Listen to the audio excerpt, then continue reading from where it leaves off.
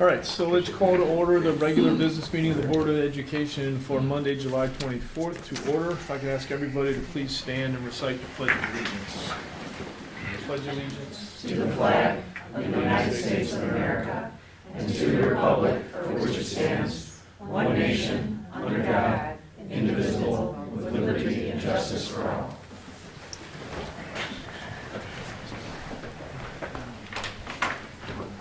Yeah, you just say, we're going to have a typical session. Okay, so roll call, please. Jim Batson. Here. Pat Rudy. Here. Kevin Duber. Here. Karen Lundstedt. Here. Ellen Mauer. Here. Scott Luce. Matt Thurman. Here. Okay, so we note Scott Luce is absent for the record. Okay. Tonight's agenda, we will open it up for public comment. I may have some comments in the president's report. We'll have the superintendent's report, a number of items listed there. On the consent vote agenda, we're going to make two changes to this agenda. Number one, item number B will be removed.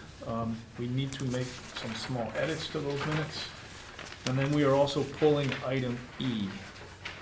The contract that was posted indicated it would be approved in the August 28th meeting, so we will pull that and approve it in the next meeting.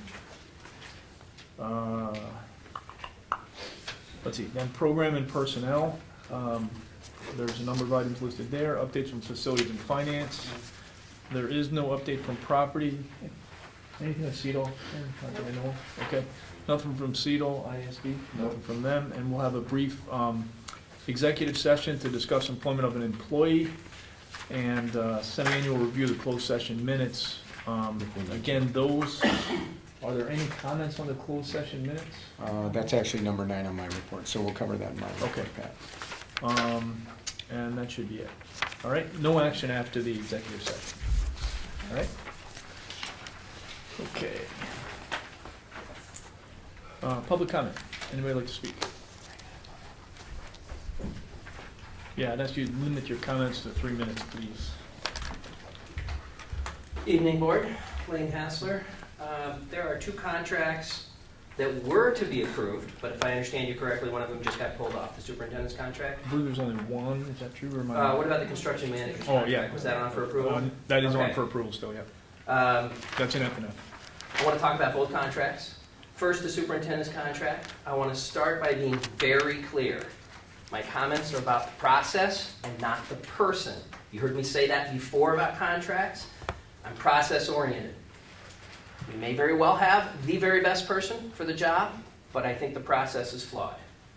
First of all, the superintendent's contract was on the consent agenda. I think it should be a matter for public discussion by the board. I don't think this is a contract that you should be doing without public discussion. It makes it look like the board's trying to slip something by the public when you don't talk about it.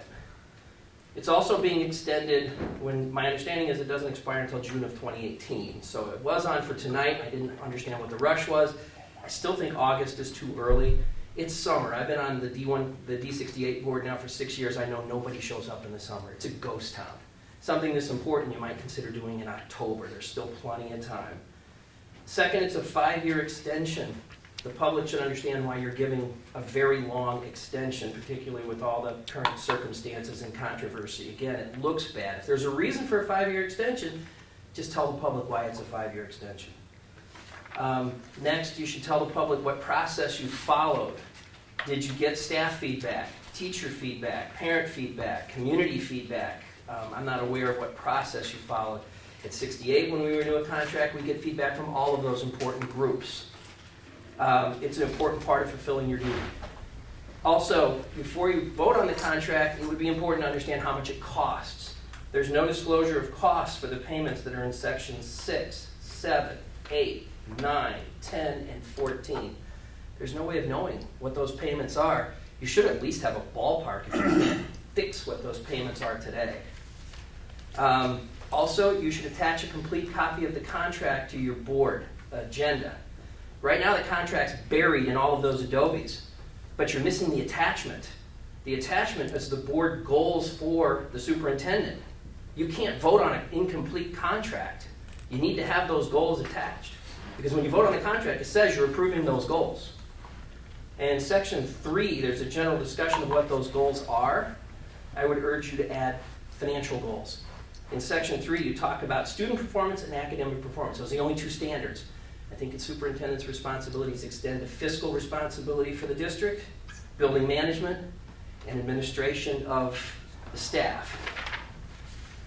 The contract has a huge retirement bonus in it. We eliminated retirement bonuses at 68 under the theory that why are you paying money to people walking out the door? Spend the money on people while they're here. Give them performance bonuses, not retirement bonuses. Once they're gone, you don't get anything for your money. They're gone. The termination provisions of the contract should be reviewed with your school attorney. They're seriously flawed. There's no clear standard. There's a couple of fuzzy words in there about how you can terminate it, but there's no clear standard. The evaluation section in 26 doesn't mention financial performance again. That should be one of the criteria that you evaluate your superintendent on. The professional liability indemnification section is missing a carve-out for gross negligence and willful misconduct. You're indemnifying the superintendent for anything he does. Even if he breaks the law, you're indemnifying him for it. That's very unusual. Finally, it automatically renews the contract. That's also very unusual. So what I've identified are problems in the process and in the contract itself. You've given yourself another month to fix it. I would hope you'd take another couple of months. And I want to close by saying, it's not about the person, it's about the process. So please don't take any comments I have as being in any way negative about the person. I may have just used up all my time talking about that contract, but briefly I want to talk about the construction contract. I'm a construction lawyer. It's what I do. I write these contracts for a living. AIA contracts are what I do. So I took the time, oh, by the way, I did all 5 of the contracts for District 68 when we did a 5-year building program. I read all 118 pages of this contract. There are mistakes in it that will cost this district money. So I would urge you not to approve it tonight. Take a month to fix these mistakes. I'm happy to go over them or send you an email identifying them. I don't want to take up your board meeting time, but a couple of highlights. The additional insured language in section 11.2.2 does not protect you individual board members. You should be specifically listed as additional insureds so that you're not personally liable. The expenses section in 4.2.2 is way out of line. It has the district paying for the contractors' cell phones, laptops, iPads, bottled water, office supplies, internet service. This is all overhead you shouldn't be paying for. The price incentive is wrong. This is a fixed fee contract. But if it goes over the projected budget, the contractor gets a bonus of 1.75%. So what's his incentive? To hold costs down? No, get costs up so I can earn a 1.75% bonus.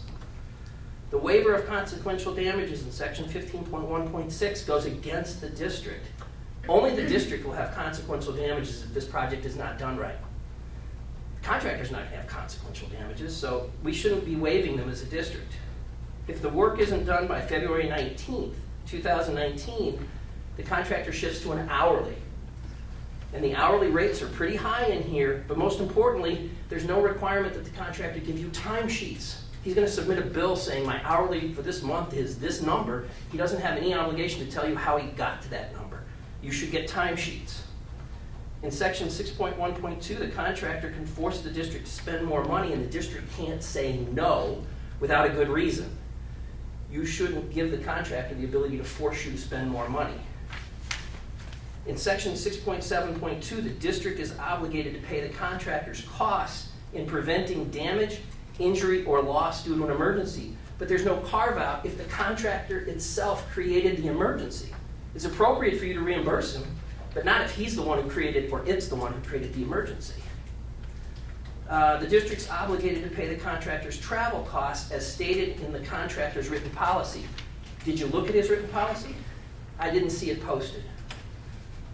The district's paying the contractor's insurance costs in section 6.6.1. That's unusual. That's overhead.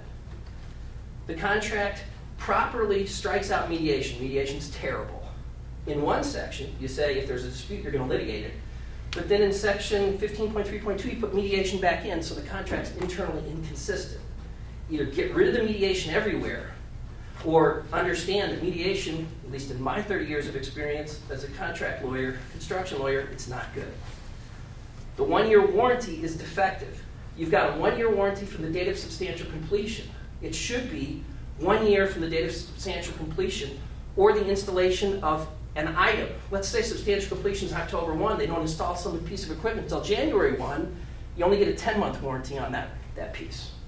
Plus, if they do repairs, you should get a 1-year warranty on the repairs. If they repair something the day before the 1 year expires and they do a crummy job, it's too bad the way it's written.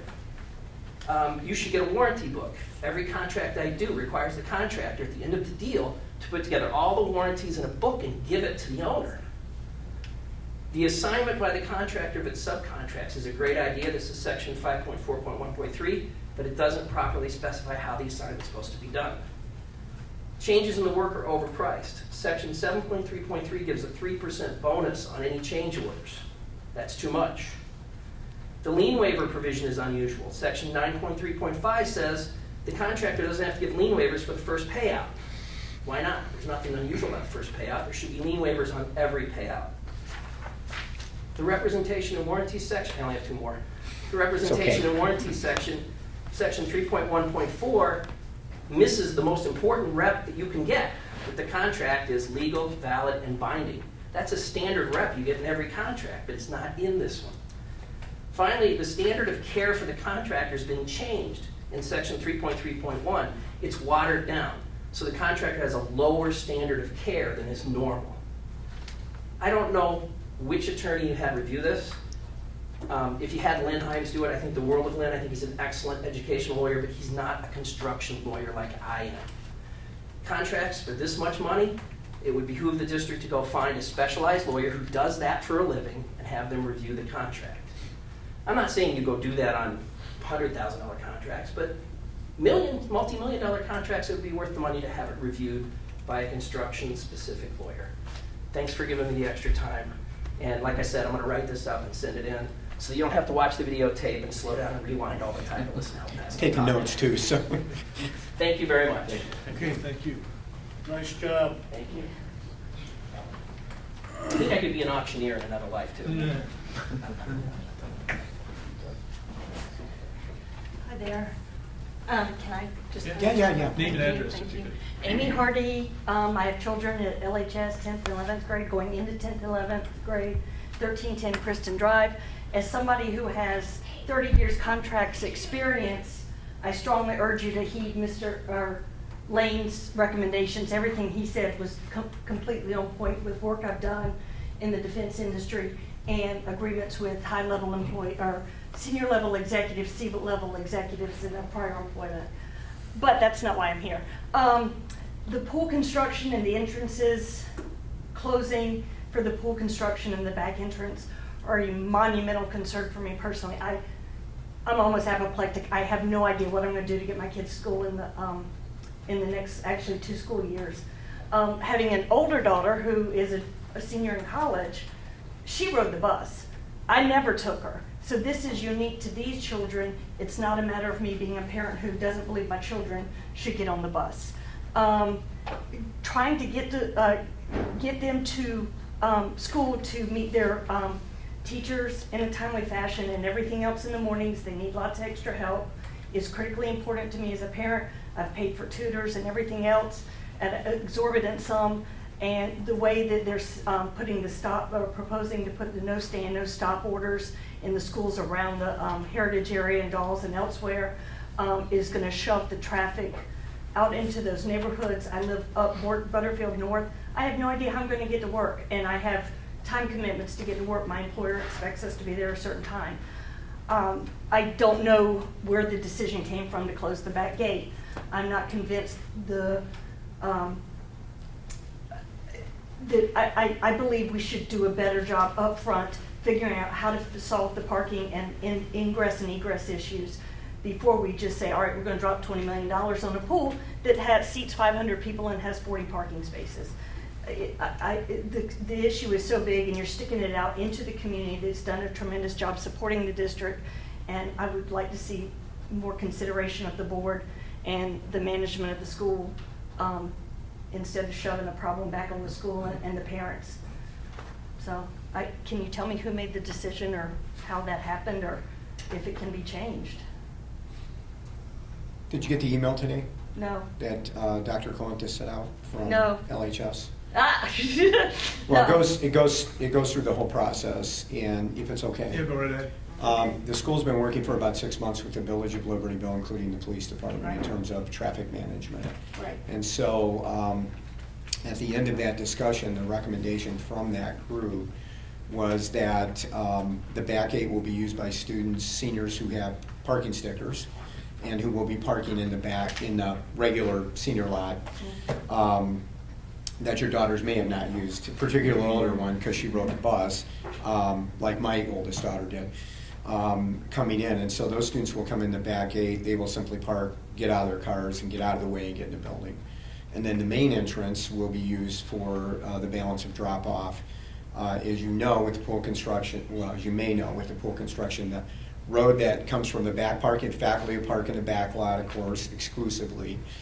The road that goes around where the kind of the pool and the west gym is on the end will have to be closed off for construction. So we will lose space there that contain cars during the day. If you have ever driven that way and come out, it will hold, let's say, 30 additional cars, and they come out one at a time. I've done that for several years with my own girls that go to school there. And that entrance at the west entrance will eventually be redone, but will have to be closed off because that's where the construction of the pool is going to take place. So the village and the police department, really the experts in moving traffic, were involved with the staff at Libertyville in terms of kind of coming up with a plan for it, what is going to be a challenging couple years there on a campus where we're landlocked. And so that's where the decision came from, on the flow of the traffic and where people will park. Thank you. Still monumentally a huge problem going down 176. All those Yep. people trying to go east on 176 from Mundelein and everywhere else. I don't think this is an acceptable solution and should have been addressed before a pool was decided on. So thank you, but I'm disappointed.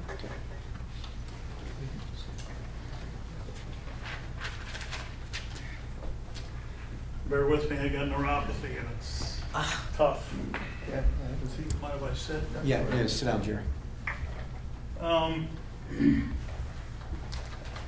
glad to be back. I think. nice to see you, Jerry. I haven't seen you.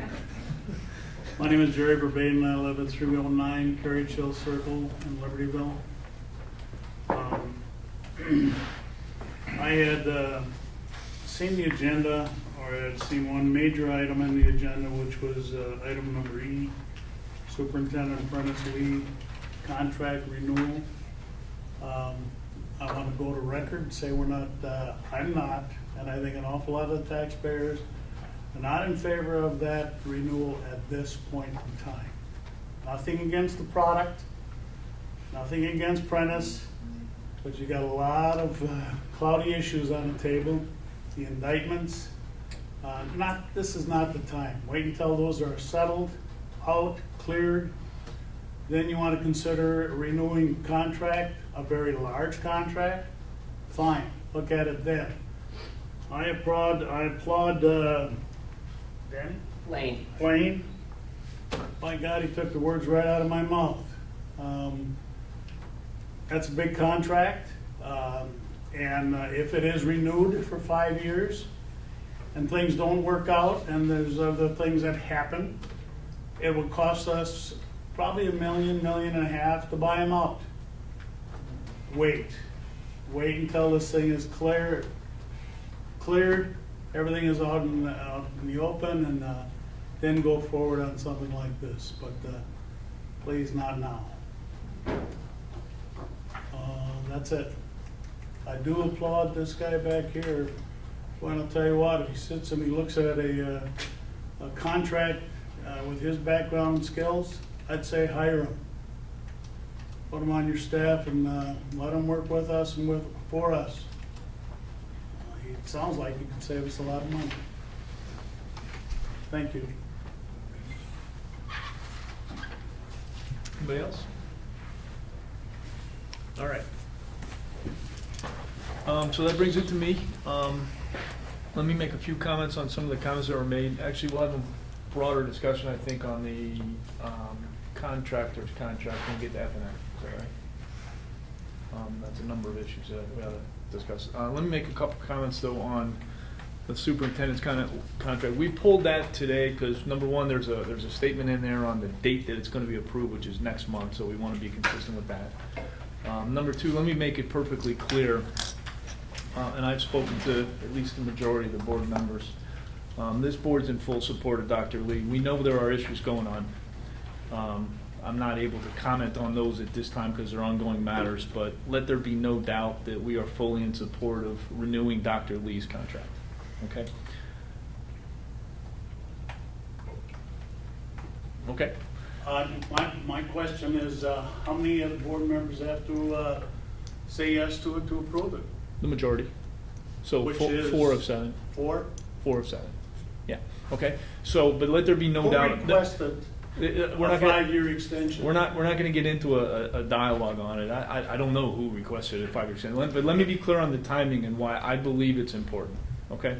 Right now, Dr. Lee has 1 year left in his contract. Okay.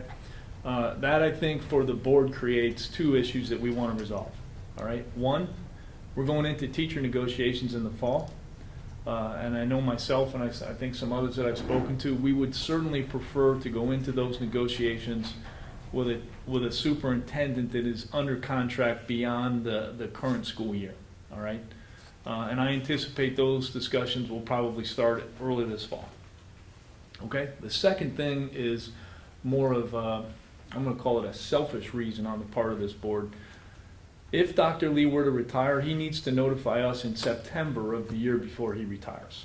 Okay? In the absence of a contract which gives him some level of reassurance that he will be retained by this board, that would put him in a situation where in September of this year, he may need to make that decision.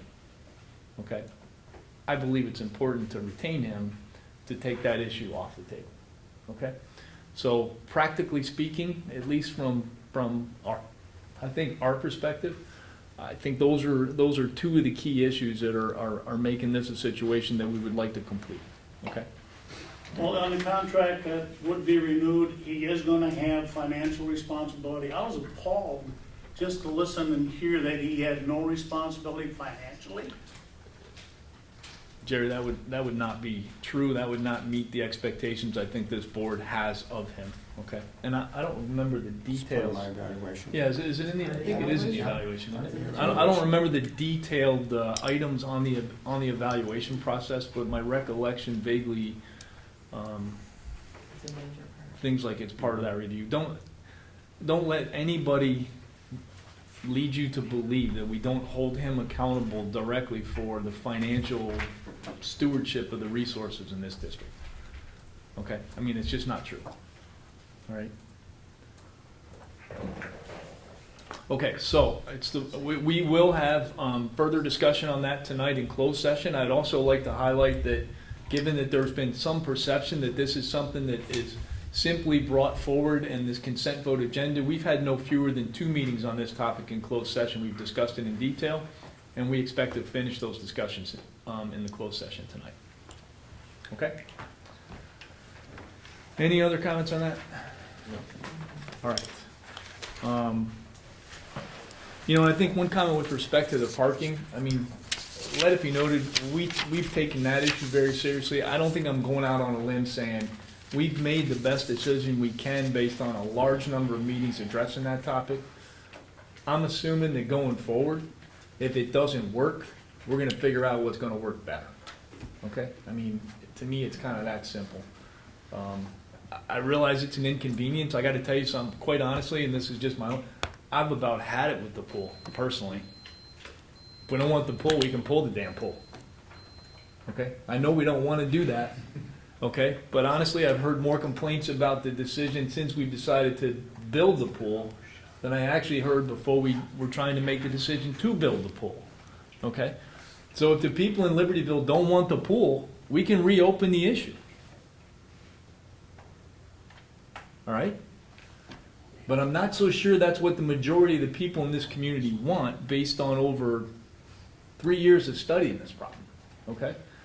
So I got a lot of confidence that we've tried to work with traffic professionals to make the best decision we can.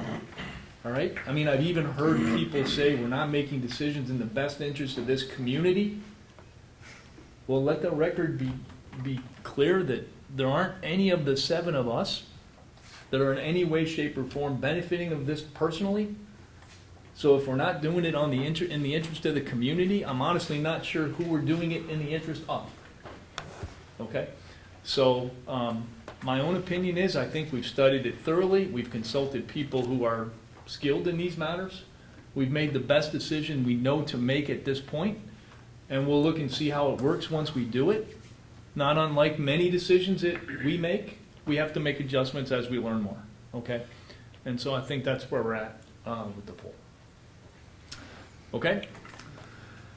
All right, so that takes us to the superintendent report, which appropriately starts with good news. Well, and even in the summer, we do have good news at District 128. The Future Business Leaders of American National Leadership Conference was held June 29th to July 2nd in Anaheim, California.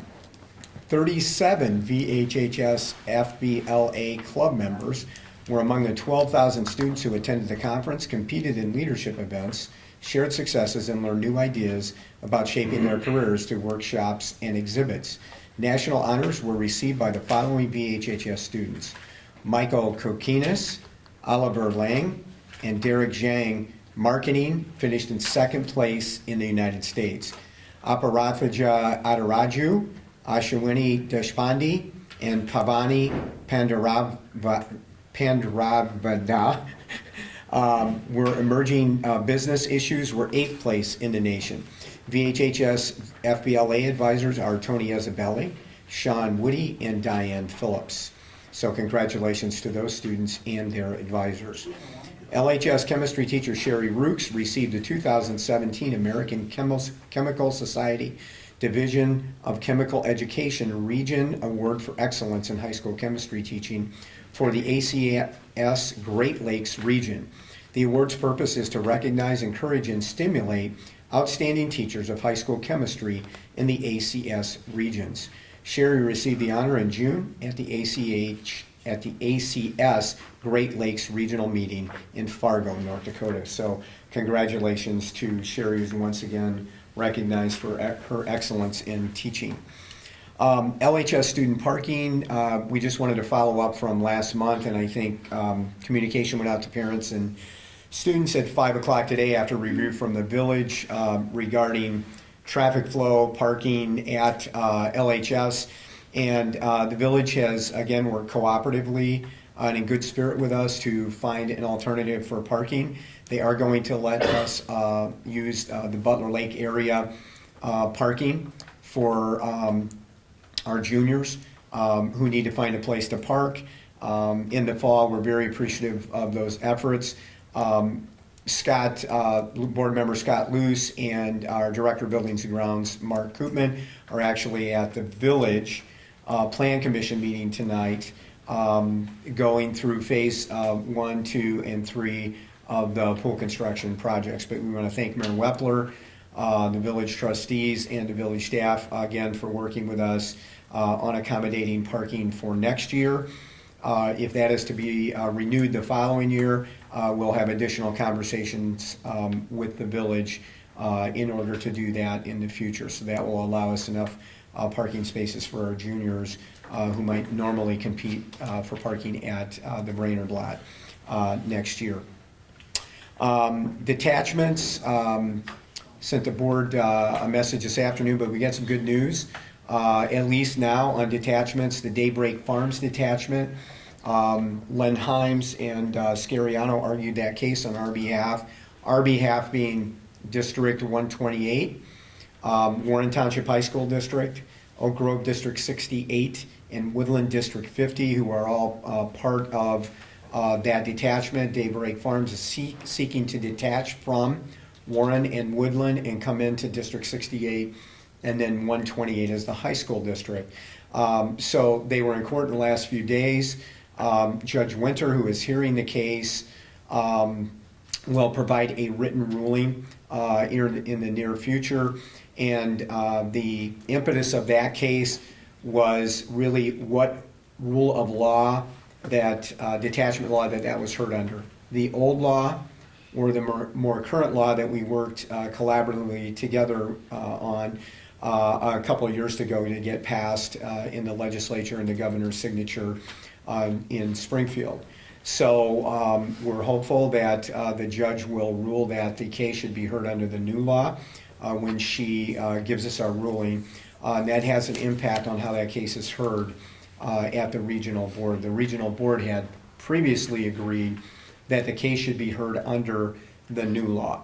So the judge will weigh in on that. We have several other detachments that are kind of in play like that. So that's our update on detachments right now. Just as a clarification, Judge Winter's not always the fastest. The last trial I had in front of her ended in September. She didn't give me my ruling until the end of January. So when she says shortly, maybe 4 or 5 months. So we're hoping for a quicker resolution that you've experienced in the past. But when the case is in abeyance until the judge actually rules on it, and then depending on the ruling, it could be back to the regional board to actually go through that process. So we circumvented a lot of time at the regional board by the regional board actually indicating that they believed it should be heard under the new law moving forward. So we will see, and of course we'll keep the board updated on those as they move forward. We mentioned the LHS pool project again at the Plan Commission. That's the next step in the process to move the pool project forward. 5 on my report is a Brainerd Memorial update, and we'll have an additional report in F&F on this, but the Brainerd Memorial bids went out. They actually came in under bid, and so that's good news for that project. So we'll be awarding that bid, and we can move forward with the construction of that memorial, which again will bring some of the accoutrements, if you will, from the old building into that memorial, and it'll be right kind of on the triangle part of the property by where the Brainerd field is. So that's good.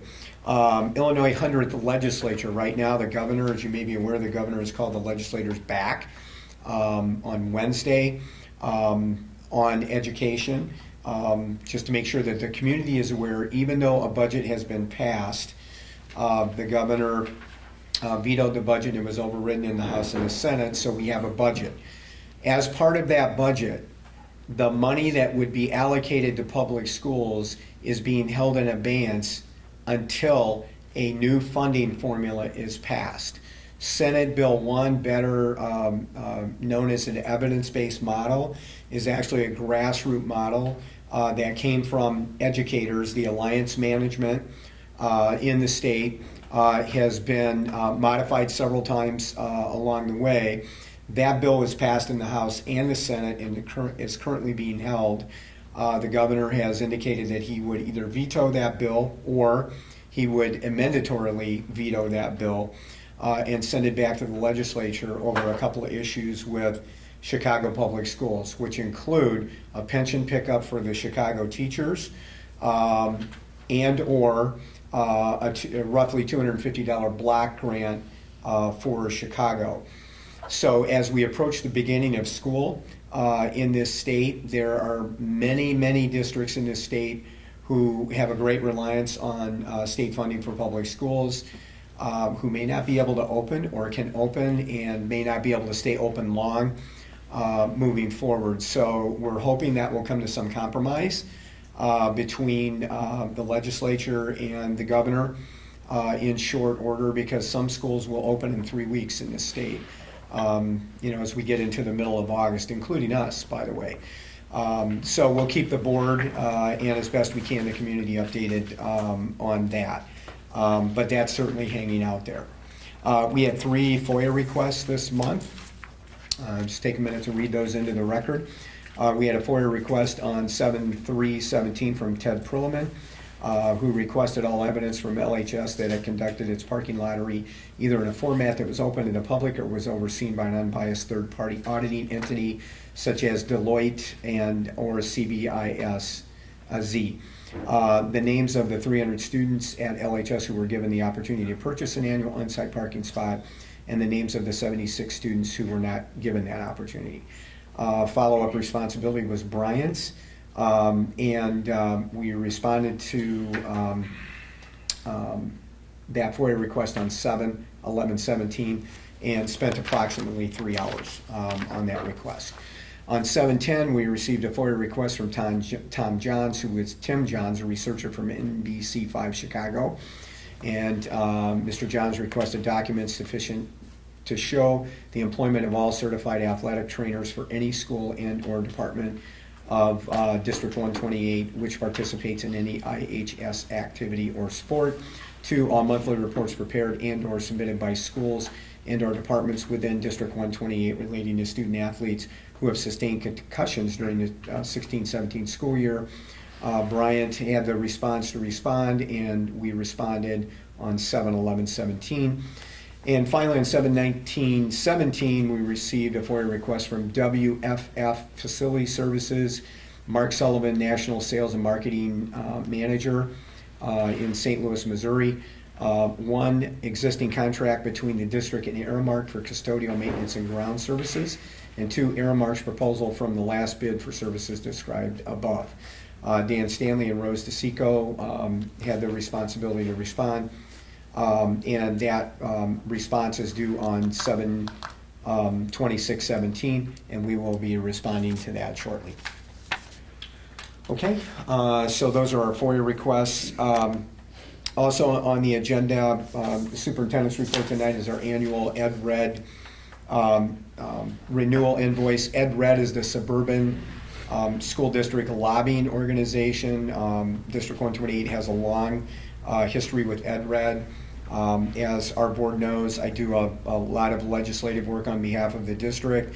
Ed Red is and has been and continues to be a really important partner of suburban Chicago school districts. So, of course, I would recommend that we renew that contract, and would need a motion and a vote to do so.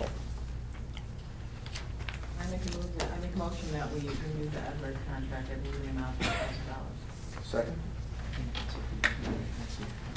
It's right here. Okay. That red membership. It's under my report. I inked it up over my pen. Yeah, All right, there you ahead. go. Continue, sorry. Okay, we got a second, right? Yep. Okay. Discussion. All right, any discussion? All right, roll call, please. Batson. Aye. Rudy. It's okay. Aye. Huber. Aye. Lundstedt. Aye. Mauer. Aye. Thurman. Okay, thank you. And next, we have semi-annual review of closed session meetings, and after review of the minutes, it's our recommendation that we do not release any specific minutes at this point. And depending on what the board determines to do here, if you agree with that recommendation, concur with it, then we would not need to discuss that matter in closed session tonight. That's fine. Is there a motion? Is there a motion? I make a motion that we approve approve the closed session minutes to remain closed at this time until further review 6 months from now. Second. Any discussion? All right, roll call, please. Batson. Aye. Rudy. Aye. Huber. Aye. Lundstedt. Aye. Mauer. Aye. Thurman. Aye. Okay, Pat, that concludes the superintendent's report. All right, I'm gonna back up 1 second to just highlight a few, I wanna make a few final comments back on this contract, Jerry. If you review this contract, you'll see there's a number of reasons why this is a good thing for us to do, okay? First of all, Say it again, I can't the hear. contract, the superintendent's contract, Uh-huh. okay? Number one, you guys have specifically asked us to take a number of actions financially on a number of things. You will note in this contract 2 things, okay? Number one, even though Dr. Lee is under contract for this academic year, this new contract restates his salary for this current year at a lower number than what is in his current contract. Okay? Why? Because that's what we agreed to, as we agreed to We, the extend. board this. agreed to that? And We haven't approved it yet, but that is what we have negotiated with Dr. Lee, okay? Number two, you will note that the increases going forward are linked to the CPI, okay, or 1%, or 1.5%, okay? Like social security. I don't know what Social Security is, but I believe you. But I mean, again, I think in all honesty, that is a pretty, that's a pretty tight contract relative to many that are going on in the industry. So we've, worked very collaboratively with Dr. Lee to negotiate what I think are financial terms that are well in the best interest of the district, okay? Last but not least, again, I mentioned the full support of this board for Dr. Lee, acknowledging that there's some issues going on, but if you look at the financial performance of the district, including his wholehearted support of the $18 million of abatements we've done over the last year, if you look at the academic performance of this district, if you look at what he's done to recruit an extremely talented staff that we continue to renew, if you look at what he's done with his staff to foster a culture of diversity within our two high schools at a time where that was very important for us to do, and you look at a number of the other achievements that we've done under his tenure, I hope you'll see it the way I think we see it, which is this is a person we want to keep as long as we can keep him. Pat, I'm Okay. not questioning that. That's yours to make the judgment. But I'm telling you, if the contract says that he's responsible for no financial, and I didn't see it in the contract, When we get- I would hope the next contract says. Yeah, the contract does say that he I is held to still performance. am looking for something from the finance side of the house that Okay. says, we're closing out this year, we spent X, we should have spent Y, We got- we've got a surplus.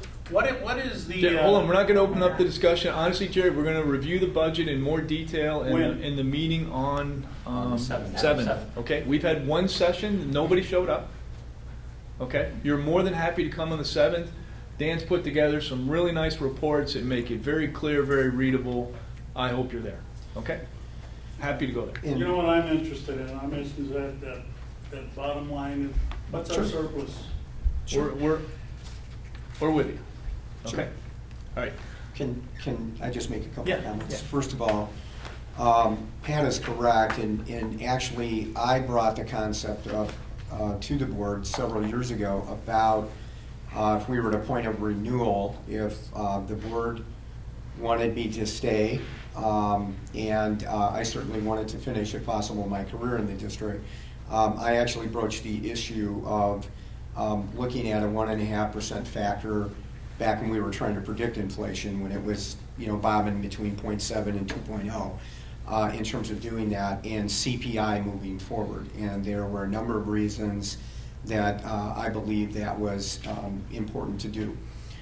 Secondly, and Ellen has indicated this before, there is an evaluation instrument. When I was hired as a superintendent, there was an evaluation instrument that Ellen worked on and Landgraf worked on, and then the board approved, that goes with my contract. I'm evaluated on that model every year, and as Ellen has already indicated, there's a financial component within that evaluation in my contract that I go through, with the whole board in terms of that. So I am more than happy to do a CPI-based raise. And I just want to note that most of the other raises in the district are pegged to the teacher contract, which overall is 3.5%. And so I'm happy to do the 1.5% and CPI moving forward because I think it's important for me to do that as a superintendent in the last few years that I may work. So, okay, okay. all right. Let's move on. Go ahead, if you can keep it brief, just so I don't want to derail my own agenda here. Just a quick comment. It's not one to debate. Yeah. I didn't speak earlier, but the one thing I'd suggest, and first of all, I want to applaud you for taking the spirit of what we talked about in terms of saving money. Both you and Prentice are working that out. So if it's less, that's a good sign. And I know it takes some negotiation. The one thing I would encourage the board to do, and it's a very touchy one, and I'm not sure how you do it, is more needs to be said where people understand what you're doing. Because of all the stuff going on, it's not pleasant. There's a lot more scrutiny going on with the board and the public. The more you can tell all the things that are happening to try to work through that, and somehow let people know the good things you're doing relative to these very sensitive subjects, the easier your job will be. Okay, so I'll make That's all I'm one saying. quick comment on that, and then we will move on. So there are matters ongoing. I have not commented on those publicly, okay? Certainly not because I wouldn't want to. but because they are ongoing legal matters, Oh, I understand. we want them to run their full course, okay? When they do, we'll have something to say, okay? I mean, it's not our intent to not be transparent, it just wouldn't be appropriate to comment on an ongoing legal situation, okay? Okay. All right, So that concludes my report. thank you. I think. That concludes think. mine as well, okay? All right, we're gonna stay focused now, all right. All right, so the consent vote agenda, again, I want to highlight, we're going to remove item B, just to make some minor edits to those minutes. And as we've talked at some length, we're going to eliminate item E, okay? Everything else has also been discussed in committee, so can I ask for a motion to approve the consent vote agenda with the exception of items B and E? I move to approve the consent vote agenda, removing items B and E. Is there a second? Okay, any discussion? All right, if not, roll call, please. Huber. Aye. Lundstedt. Aye. Mauer. Aye. Thurman. Aye. Batson. Aye. Grudy. Aye. Okay, motion carries. Program personnel, Chairperson Mauer. Okay, first we have board policy up for review, second reading and adoption. It's policy 7100, health and eye examinations, immunizations, and exclusion of students. This is the second reading for this. There have been no changes since the first reading. Does anyone have questions about the changes? If not, I would ask for a motion to approve, to approve the second reading and adoption of this board policy. I vote to approve policy 7:100 for second reading and adoption. Seconded. All right, you got it. Any other discussion? Roll call. Lundstedt. Aye. Mauer. Aye. Thurman. Aye. Batson. Aye. Grudy. Aye. Huber. Aye. Motion carries. Okay, item B, we have a resolution that we need to adopt to regulate expense reimbursements for board, and that involves policies 2:125 and 560. And this would be a yearly adoption. So we're looking to, for an approval to adopt this resolution as presented. So moved. Second. Discussion? Roll call. Mauer. Aye. Thurman. Aye. Batson. Aye. Grudy. Aye. Huber. Aye. Lundstedt. Motion carries. Okay. Next, we've got an educational tour request for the journalism convention for the students. Looking for a motion to approve that request. So moved. Second. Any discussion? Roll call, please. Thurman. Aye. Batson. Aye. Grudy. Aye. Huber. Aye. Lundstedt. Aye. Mauer. Aye. Motion carries. Okay, next we have the mastery manager, the Gold Star Learning Renewal Contract, and we're looking to renew that contract for the next 3 years. So in the amount of $20,736.50 for each of the next year, 2017, 2018, and 2019. So I'm looking for a motion to approve that. So moved. Move second. Second. Any discussion? Roll call. Batson. Aye. Grudy. Aye. Huber. Aye. Lundstedt. Aye. Mauer. Aye. Thurman. Aye. All right, motion carries. Last but not least. Okay, next we've got a motion to approve the contract, the next 3-year contract for the LHS graduation at the Sears Center in Hoffman Estates. And that would be for the calendar years 2018, 19, and 20.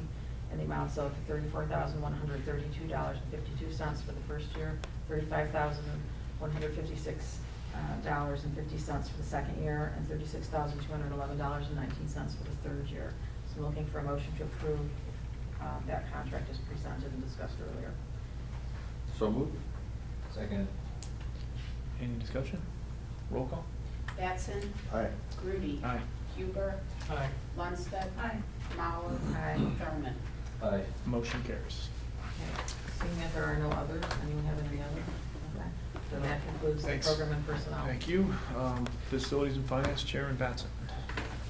So the first item on the agenda is the pool project construction management contract. So I'd say make the motion and then let's have discussion. Okay. We'll go from there. I make a motion that we approve the LHS pool project construction management contract as presented and discussed earlier. Is there a second? Second. Okay, All right, now, discuss. discussion. I'll just go on record, I think Mr. Hassard made some very good points, virtually none of which I'm able to really opine on. So I'm open to input from those who can put it into the right perspective there. Rick, do you have any thoughts?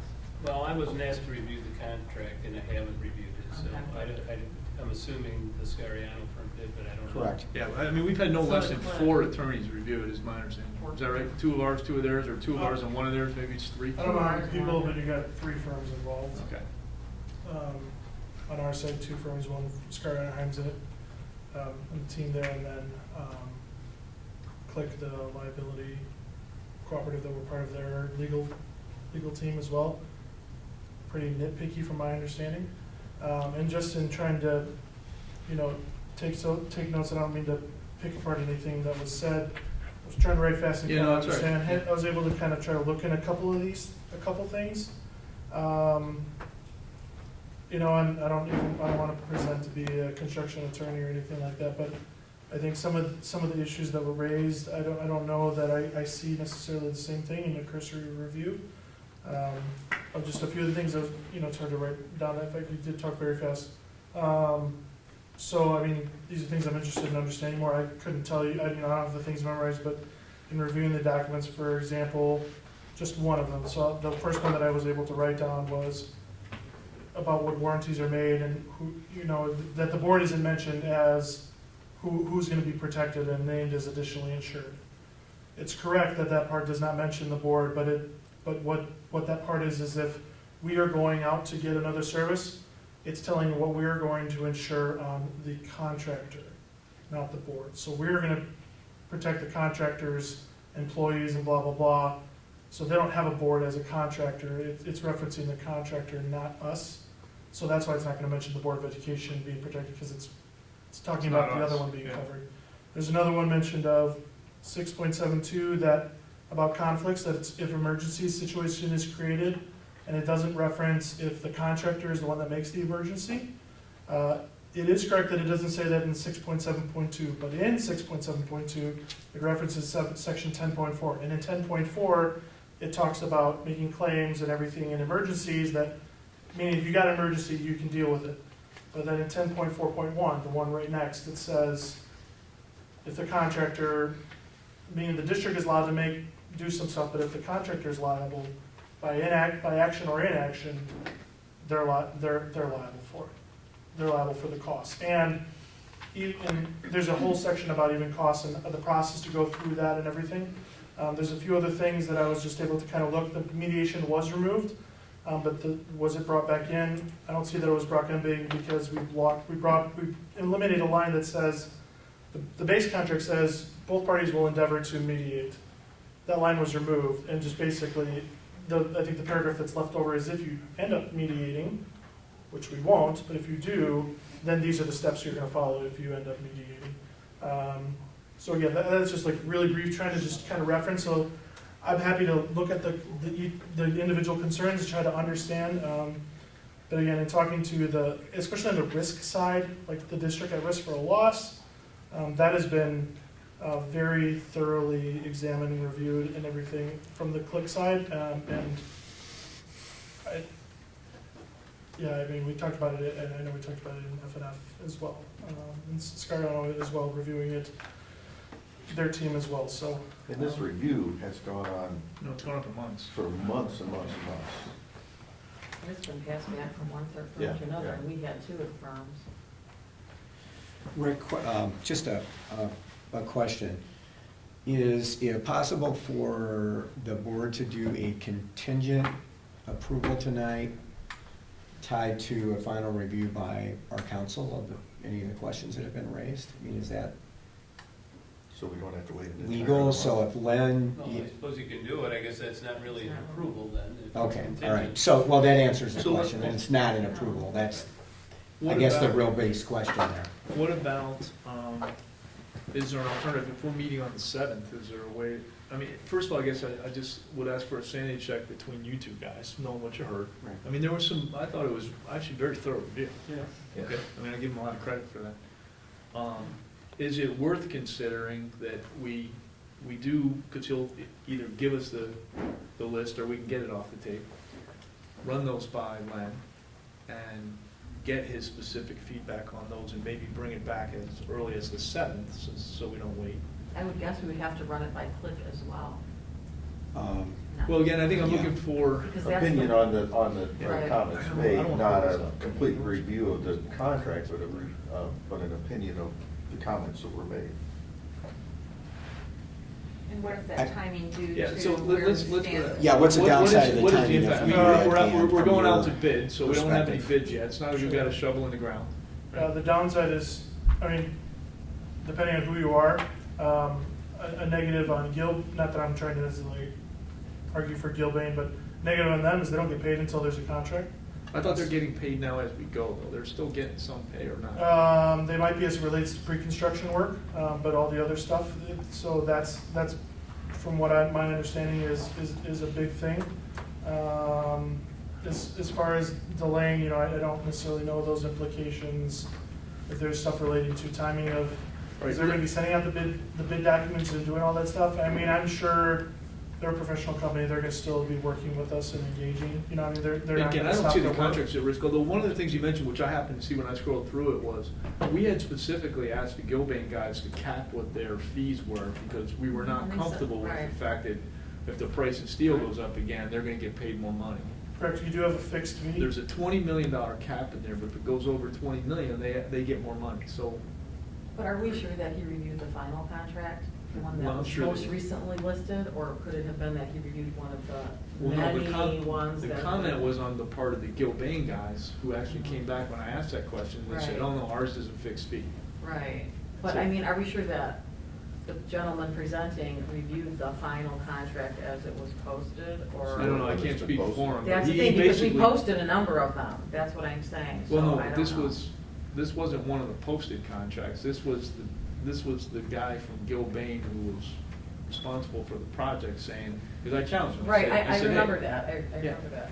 And he came back and said, they don't know, I mean, they're not gonna get paid more if the price of steel goes up. Like I said, I'm fine if we put another wing on the building and they gotta do more work, I got no problem with that. Right.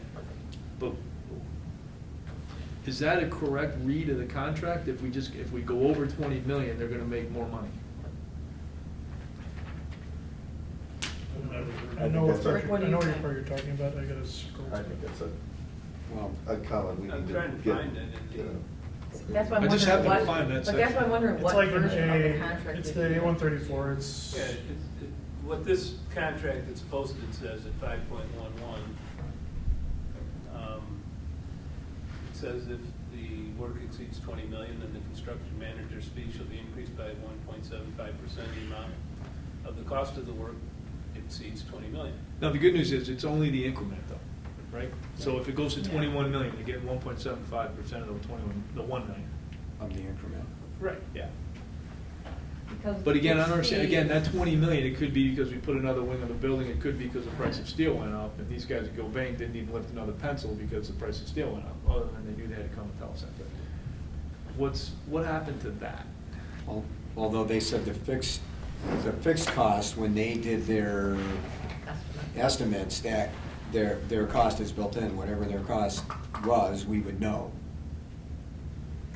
Of course, Dan wasn't here for that conversation, so he Yeah, can't I mean, really. they do have the fixed costs in there, and if the cost of work ends up going over 20 million, it does have that in there based on how I'm Yeah, reading that's it. how I read it. I don't know,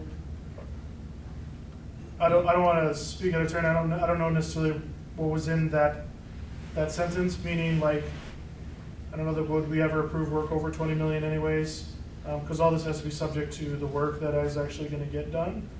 So if we're doing work over 20 million, if the board's taking action to approve work over 20 million, which essentially would be essentially a change in scope of what we're doing, because you have to Right, accept the like for bids anyways. Right. But And that thing, if I hear it correctly, if the bids come in high to do the same scope of work that it's presently intended to be, they will make more money. If the bids come in over $20 million, which the bids will come in over $20 million. I don't know enough of the breakdown. I don't know enough about the breakdown of the cost of the project and what cost of work technically means.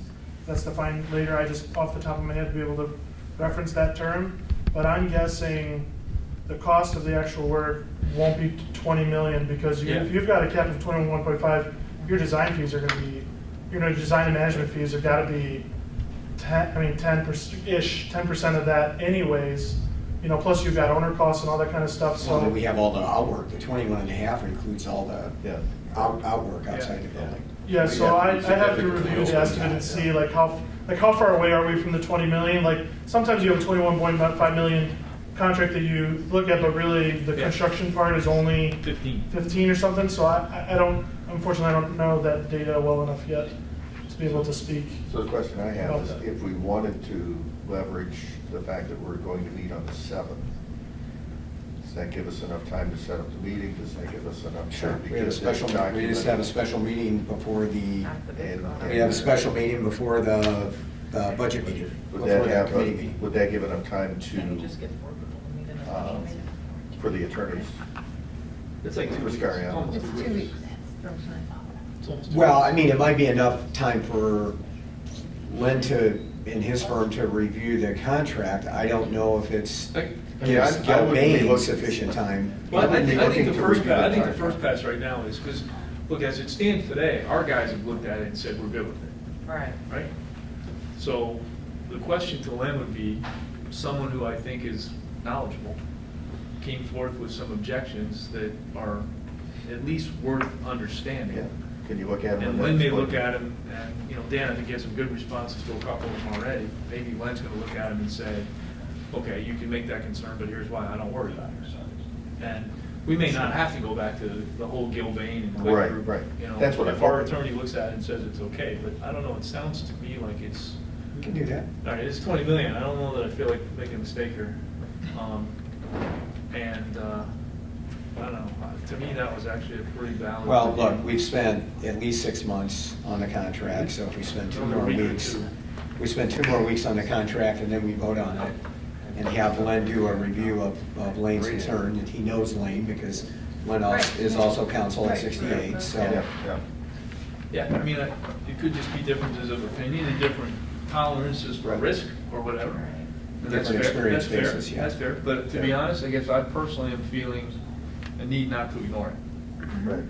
if that makes sense. What do you guys think? I think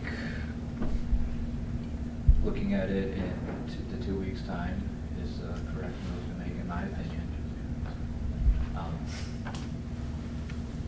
Yeah, that's how I feel about it. Jim? I think we certainly should take advantage of the work that Mr. Hassler did. Okay. And, One concern I have is, are we asking him to specifically, No. okay, that's what I No, want to be honestly, careful. And actually, what the feedback he gave us, and he will follow up in writing, we'll share that with Lynn. Okay. And have Lynn review those Okay. concerns. Unfortunately, what we probably need to do is look at the tape here quickly Yeah, and get it I going. would not be waiting But- around for him to write that up. But that's okay. Well, we'll probably have that, I'm guessing we'll probably have that tomorrow or the next day. All right, so. So I can let Lynn know Just tomorrow make what's one coming. comment. What I heard was, I think that sometimes as a lawyer who's negotiated contracts, you're not always sure what the client exactly wants. So if the board is saying, we don't expect to pay more than the lump sum based upon this contract, and if it goes over because the price of steel has gone up or whatever, Yeah. you don't get the extra 1.75%, then you gotta make that clear to Dan and then to. Yeah, that's probably not even Wenheim's issue. Who's ever negotiating, because that language in there is not unusual. And but if that's the client's position, that. Well, again, I'm that's what you want, then it's responding- gotta be made clear. I'm responding to that because I specifically asked that question. And actually, the way it went was the guy from Gilbane said, not me, my stuff's fixed. At which point it was STR we were looking at, and Mike said he's willing to negotiate. Okay. Right, so that was kind of how it went down. Yeah. Because we specifically said, Can't- what's your incentive to come in under budget? Okay? Right, and so that's what I'm saying, is it's sometimes, that's the client, which is the board, has to make sure that those things that you decided on are in there. Yeah. And make sure that. I think they were certainly that clear on it's our negotiated position. in that way, okay? Okay, all And they right. got it. Yeah, no, they got it. So All right, let me do a quick it's sum, okay. okay? So still got- what we'll do is we'll take whatever we have from our notes and whatever Lane sends us, we'll share that with Len and his team there, ask them to review those things, give us some read on that, and then we'll bring that back on the 7th and we'll see where we stand. We'll just have a special, what we have to do, because you may vote on something that night, is we'll have a special board meeting. Just for that. Okay. Yeah, well, I Just think we for- do it just before the. Yeah, just budget. before the budget, Okay. or we could actually do the special meeting, vote on that, and we could just put budget under that agenda, so we don't have to have two meetings, because you're not voting on the budget that night. All right, well, let me just ask one other question on this, though, because the way this could go, let's just say, for example, we give Len and company the entire list of things that we heard tonight, okay? And one scenario is Len and company review it and say, I still think we're good. Okay, and that would be the report we would get with Len, okay? Are we willing to vote on it then at that point? I mean, here's what I don't want to do, is I don't want to go back and forth and back. Right. Now, I'm assuming that if there are things that Len is not good with, between now and the 7th, we'll negotiate those out and find a way to close those out, all right? Because we want to get this done. I'm assuming we can get that done with, say, Gilbane or whoever else it is. But at the end of the day, I think the next step would be, we're going to get a thumbs up from Len, and at that point say, now we got to bring it back for another vote. Are we all right with that? Yeah, I think we're at a disadvantage for I'm not fine having with him that. here to help. I mean, we Yeah. could have probably handled it this evening, if Lynn was here, he's not, I think that's a perfect way Yeah. to. But I think we need a motion probably to postpone it until April 7th though, right? We have Yeah, to well, we have a motion on the table now to approve it, so So we all we just have to do say is no. reject the motion. Now we Yep. just vote You just, no. okay, you don't want to And then- postpone it because. And then administratively, we'll follow. We'll just we'll reject follow. it. No, we don't want to reject it, so we just withdraw, we'll just withdraw Yeah. the motion. Yeah, that would be. Okay, I Should we, withdraw well, let me ask, Rick, should we withdraw the motion or vote on it as is? No, I would withdraw. Well, let's, You don't, We we can don't withdraw. what's that, Okay. withdraw? Okay. All right, I Oh, yeah, withdraw the withdraw. motion to approve the LHS yeah, pool you- project. you- construction manager Okay, we'll contract. table that until the 7th. Wow. Second? I withdraw my second? Okay. Or do you? Yeah. Okay, withdraw. Okay, So no action taken. welcome aboard. So- Wait, Hey, hold on. Hold on. You're removing this off as an action item off the agenda, and there's been a motion to do that. You should have a second and vote on it, so that it's. To remove. So let me make sure I So now we understand the have to all process, vote on because you that. got a motion on the table to approve it. Right. and It's I been thought that was- seconded. And I, And I thought that was a That was motion to. withdrawn. So we can Essentially take to another withdraw motion. that, Now we're voting and to to. withdraw it from the agenda, isn't that what I heard? yes. Yes, all right. So who's gonna make that motion? Are you sure you don't want to do a motion to postpone consideration until August 7th? Well. I mean, because at that time, it doesn't get voted down, it gets postponed, it puts a time when we're going to bring it back on the table. So I mean, we can do a couple motions, you can do a motion to table it, but that's, or a motion to postpone until August Or 7th. just withdraw it. I mean, withdraw, then Karen has to withdraw her second. I mean, there's a little bit more parliamentarian to withdraw. I mean, I think. No, we already did it. I think you're right. We did it wrong. I mean, But no, let's go through it, go ahead. Matt can't second a motion to withdraw. Right, right. The person who made the second has to second it. And I think a motion to postpone is a better parliamentary, in my opinion, but again, I defer to the attorney. So Kevin, can I just, but there is an open motion on the table, so, But motion to postpone is a privileged motion okay. again, we have to vote on it. We all have to vote to postpone it. We all would vote to postpone that. But we just sort of add that on to the motion that's It already needs a out. second. First off, it would need a second, and then would need to be voted upon by the body. But that way, the motion that you two make doesn't get no vote. Yeah, that's Got right. it. And I think that's our whole goal. Yeah. It's on hold. Okay. I mean, again, if you can figure out a way to withdraw it, go ahead, but No, I didn't hear a way to withdraw it. But So again, I voted. Okay, tell us what to do. Yeah, you did. Several good I think options. we could go with Kevin's. All right, so is there a But you could motion? withdraw it if you wanted to. withdraw. you figure out how to do it. Let's Is just. there a motion to postpone the vote on the contract until August 7th?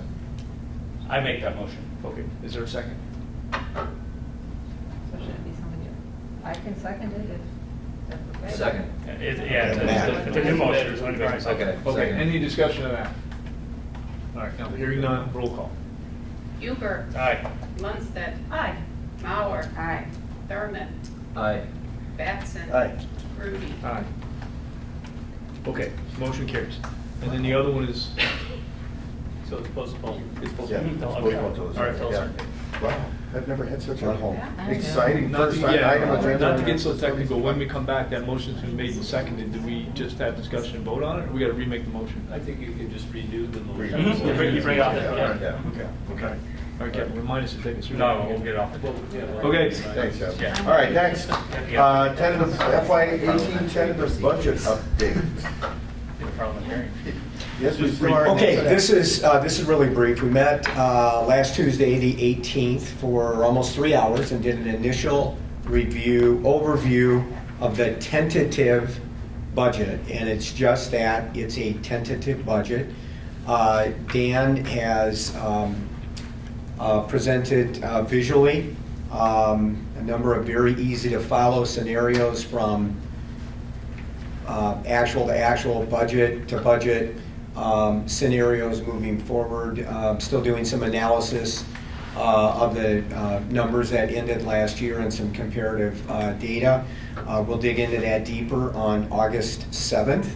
As we continue that discussion, I think we had a very lively and productive discussion. We also highlighted, as we did in 101, a number of the internal steps that we've taken, including not filling 4 district level positions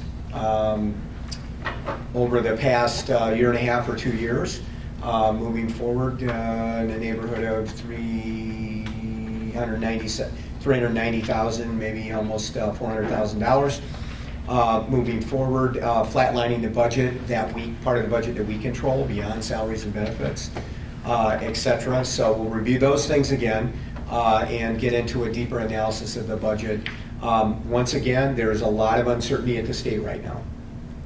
As I described earlier, there is no funding formula for public schools, no new funding formula for public schools in Illinois next year. And so even though we have a budget and hundreds of millions of dollars and more are going to go into public education, there is not a vehicle to do that until the legislature passes something and the governor signs the bill.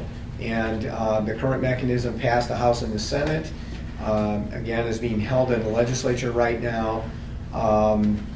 And we don't know if and when it's going to be sent to the governor. The governor has said he will either mandatorily veto that or he will veto that. So whether there's a compromise in the offing in the next few weeks before schools open, we don't know. But we would also be impacted by that, even though the majority of our funding comes from our local constituents because of the breadth and depth of our tax base here. We still do get money from the state, and we are still owed, as every school district is, 2 out of 4 categorical payments from last year. Categoricals are transportation, special education, things of that nature that we still haven't gotten from last year yet. So, a property tax freeze is still a possibility. We have factored those numbers in, so we're going to have to look at all of those potential scenarios because honestly, nobody knows where we're going to end up right now at the state level as it relates to public education right now, I think is a fair statement. So anyway, August 7th, 7 o'clock, right here in district office will be our budget. And if any of you want to make some additional comments about our first meeting, Dan, I think I can say for everyone, you did a great job in summarizing and clarifying data in a very user-friendly way. I think that was certainly helpful to the board and us moving forward. And then we're going to continue to package that first quarterly, but then hopefully monthly, so we have a current run rate. We can see where we're at during the school year. And I think the board and your colleagues, are very appreciative of that as well. So. Okay. Good job. Thank you. Next on the agenda, rental labor rates for FY 2018. Make a motion that we approve the rental labor rates for FY 2018 as presented and previously discussed. Second. Any discussion? These are standard rate adjustments to cover the cost of employees and/or contractors that we hire for rental. So if somebody rents our facilities. Rental rates. Prentice, anything we need to add to that? We're good? No, I don't think so, Jim. All right. Any other comments, questions? No. All right, roll call, please. Lundstedt. Aye. Mauer. Aye. Thurman. Aye. Batson. Aye. Grudy. Aye. Huber. Okay, we have a couple bid recommendations here. First, the Brainerd Memorial that actually came in under our expectations, lower than what we had anticipated, so we have a motion to say. Motion to approve the bid recommendations for Brainerd Memorial and the taxi transportation. We have to say who it is. Just Oh, wait, do do them separate? several, yeah. Okay. Yeah. So motion to approve the Brainerd Memorial bid. For how much? For Stuckey Construction, right? Oh, yeah, Stuckey Construction for Stuckey Construction came out, 39,000. And we just want to point out, that came in at 39,000, including the contingency. We were really expecting that to be closer to 50. So that did come in well under budget with a construction company that we've done a lot of work with in the past, a very, very reputable firm. So, It's The amount of 39,000 flat. Plaque yeah, in addition. the plaque would be an addition. Yeah. So we had a motion, did we have a second? No, I didn't hear a second yet. Second? Thank you. Just to clarify, Ellen ended up making the vote. He kind of said a motion too, Yeah. so I just. No, I just gave know him that they an got out. I crossed. just That's gave him an fine. out. Yeah, Mac made Take that. her. Okay. No. Yeah, okay. All right. We clear? Any other questions or comments? Actually, yeah, go ahead. Go ahead. Mauer. Thurman. Aye. Batson. Aye.